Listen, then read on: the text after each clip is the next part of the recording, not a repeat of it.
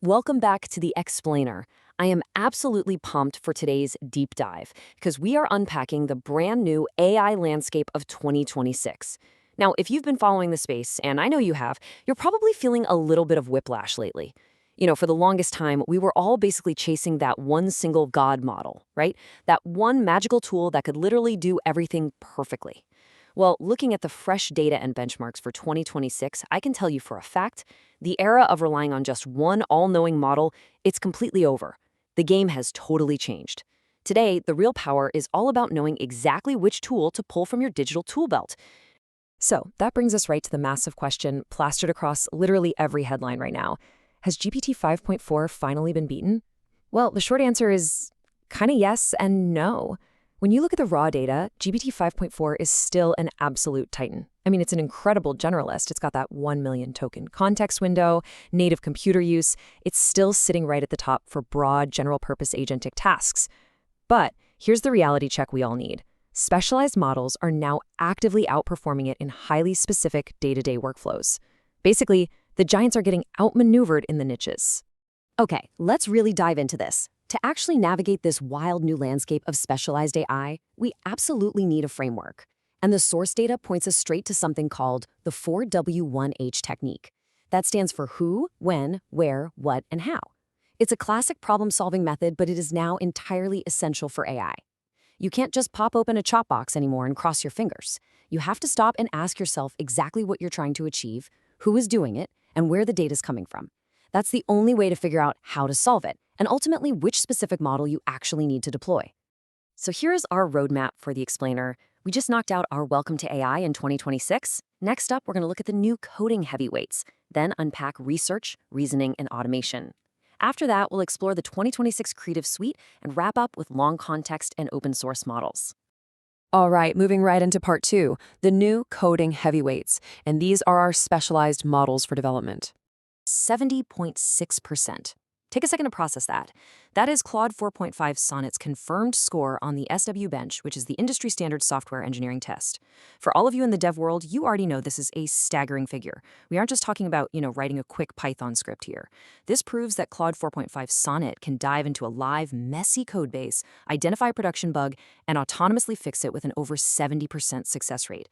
It is a literal game changer for agentic coding. And see, this is exactly where the what and how of our framework really kick in. If your what is fixing a production bug, Claude 4.5 Sonnet dominates. Simple as that. But wait, if you need complex code generation driven by real-time web search, Grok 4 is actually leading the benchmarks there. Or say you need long-running analysis. That's when you scale up to Cloud Opus 4.6 for its deep reasoning integration. But honestly, my favorite part of all of this is the whole David versus Goliath dynamic. For high-volume, repetitive sub-agent tasks, you don't even use the massive generalist anymore. You use GPT 4.4 Mini. It's currently the best mini model for coding. It's just all about efficiency now. Okay, section 3 on our agenda, research, reasoning, and automation. These are basically the enterprise workhorses. So when your who is a dedicated enterprise researcher dealing with deep, heavy analytics, you need absolute precision. And wow, Gemini 3.1 Pro has completely blown the roof off the GPQA benchmark. That's the gold standard for graduate-level physics, biology, and chemistry questions, and it scored a massive 94.3%. Meaning, for advanced scientific research and complex math, this is your undisputed go-to. But again, look at these specialized alternatives.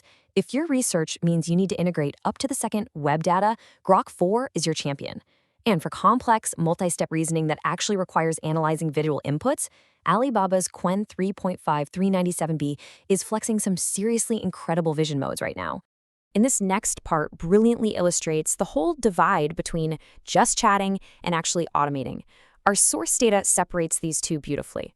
Look, for your general daily multimodal chat, where you're talking back and forth, sharing images, using voice commands, Gemini 2.5 Pro is the clear winner. But if your actual goal is automation, building out multi-step tasks and orchestrating various autonomous agents, the winner is Kimi K2. It's like you wouldn't use a hammer to turn a screw, right? So in 2026, you definitely shouldn't be using a daily chat model to automate your complex enterprise workflows.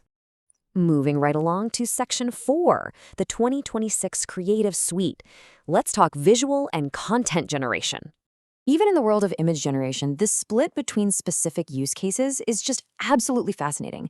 If your what is creating a lush fantasy landscape, a beautiful illustration, or you're just prioritizing pure artistic quality, Midjourney V7 is entirely uncontested, hands down.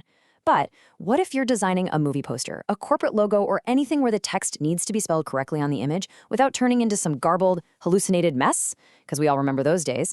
Well, Quailan Image is the outright winner for accurate text rendering, with Flex 1 serving as a really solid, highly balanced runner-up for value. Now, what's really interesting here is the incredible head-to-head battle happening in video generation right now. We've got Veo 3 squaring up against Sora 2. They are both phenomenal, but they serve entirely different masters. The data clearly categorizes Veo 3 as the winner for high-quality cinematic video. So think YouTube content, commercial B-roll, super high-gloss stuff.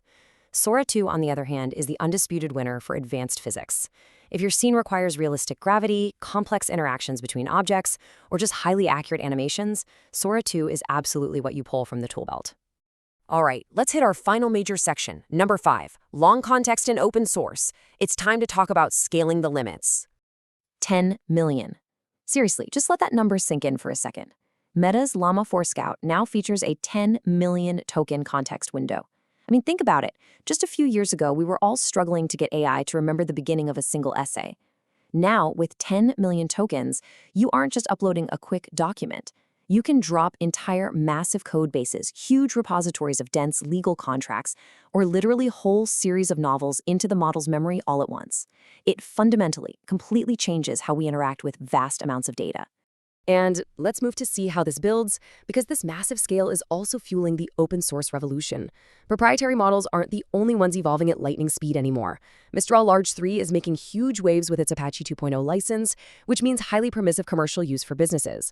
Then you've got Qwen 3 Coder giving developers this amazing localized open coding specialist. Qwen 3.5397b easily takes the crown for the best open-weight generalist model. But hey, pay really close attention to DeepSeek v3.2. This model is insanely cost-efficient. We're talking just 27 cents per 1 million tokens. When you are trying to scale AI across an entire company, that level of extreme cost efficiency, that is what makes deployment actually viable. So to bring this whole thing back together, let's summarize the overarching top 3 generalist winners from our source data. We have GPT 5.4, Cloud Opus 4.6, and Gemini 3.1 Pro. Now, I know we literally just spent this entire explainer proving that specialists win the niches, but we cannot ignore that these 3 are still the unquestioned heavyweights for broad, multi-purpose applications. Aside from their massive contexts and native tool capabilities, they all boast the highest intelligence index scores in the entire industry. Basically, they are the foundation that you build your specialized agents on top of. Which leaves us with this final, crucial thought. The AI landscape of 2026 absolutely proves that blind loyalty to a single model is a massive disadvantage. You've got autonomous coders, hyper-accurate research models, visual engines that literally understand physics, and open-source models that cost pennies. So applying that who, when, where, what, and how framework to your own life and your own work, what does your ultimate 2026 AI tool belt actually look like? Are you still out there trying to force one model to do it all, or are you finally ready to assemble the perfect team of AI specialists? Really think about it. Thanks so much for joining me on this explainer. Keep learning, and I'll catch you next time.